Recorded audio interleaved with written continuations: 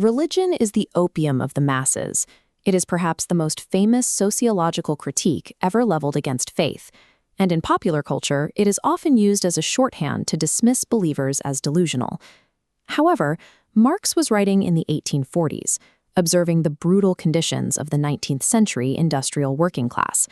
In a landscape of crushed human dignity, opium was a standard medical painkiller.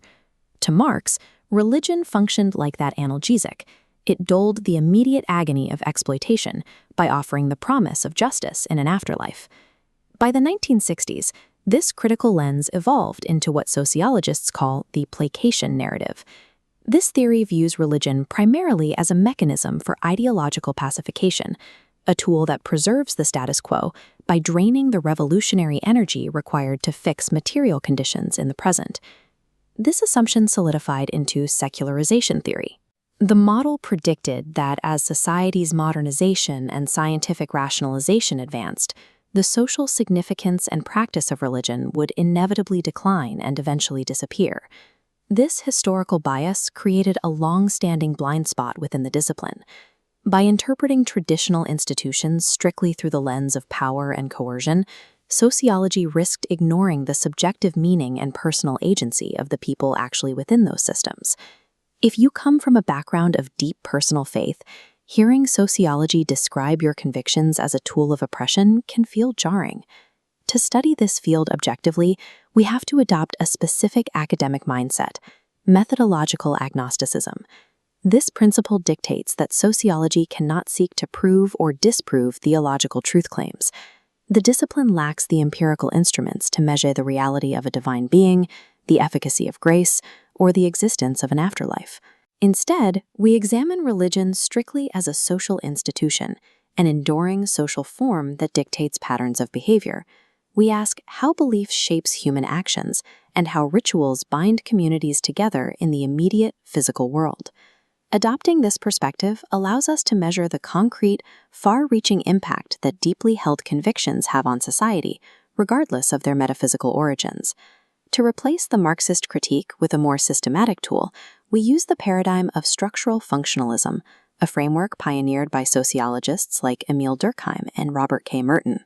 This theory views society as a complex biological body. Every social institution functions as an essential organ within that system, working together to promote stability. Merton categorized the results of these institutions into three types, starting with manifest functions. These are the conscious, deliberate, and openly stated objectives that participants recognize and celebrate.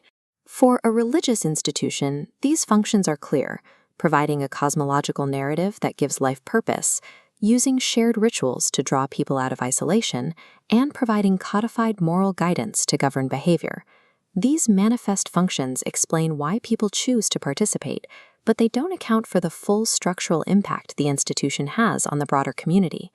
Merton's framework also accounts for dysfunctions, consequences of a social practice that disrupt order or generate instability. This occurs when religious doctrines are used to justify oppressive hierarchies, or when intense in-group solidarity generates hostility toward those on the outside. But Merton also identified a third category, latent functions. These are the unconscious, unintended, and often unrecognized consequences of a social institution. People do not go to church to learn how to manage a city.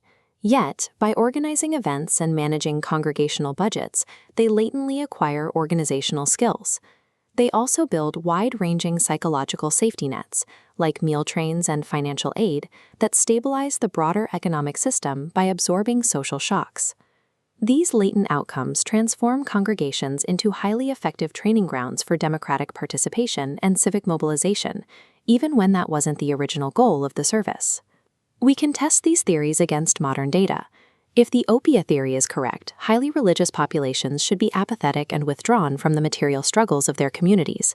However, contemporary data from the Pew Research Center study on religion in everyday life reveals a very different reality.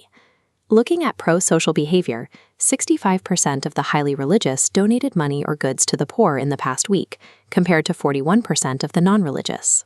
Furthermore, 45% volunteered their time to an organization, while only 28% of the less religious group did the same. This mobilization extends into purely secular spaces. Active religious participation correlates with high engagement in sports leagues, PTAs, and neighborhood groups. Data shows these Sunday stalwarts are twice as likely as any other group to be active in local elections.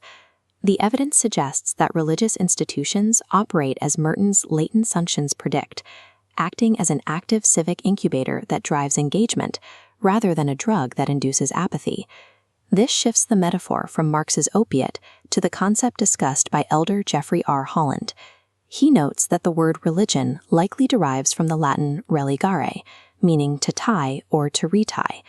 Religion functions as the social and spiritual ligature, the thread a physician uses to sew up and heal a wound. It is a mechanism that unites what has been separated and holds together a community that might otherwise be torn apart. We see this ligature in action through figures like Martin Luther King Jr., who used religious conviction not to dull the pain of injustice, but to generate the sustained, coordinated civic energy required to change the world. The data and the history are in alignment. True religion mobilizes individuals to engage more deeply with the material world, not less. As for that famous opiate quote we started with, it is actually just a small fragment of a much longer argument.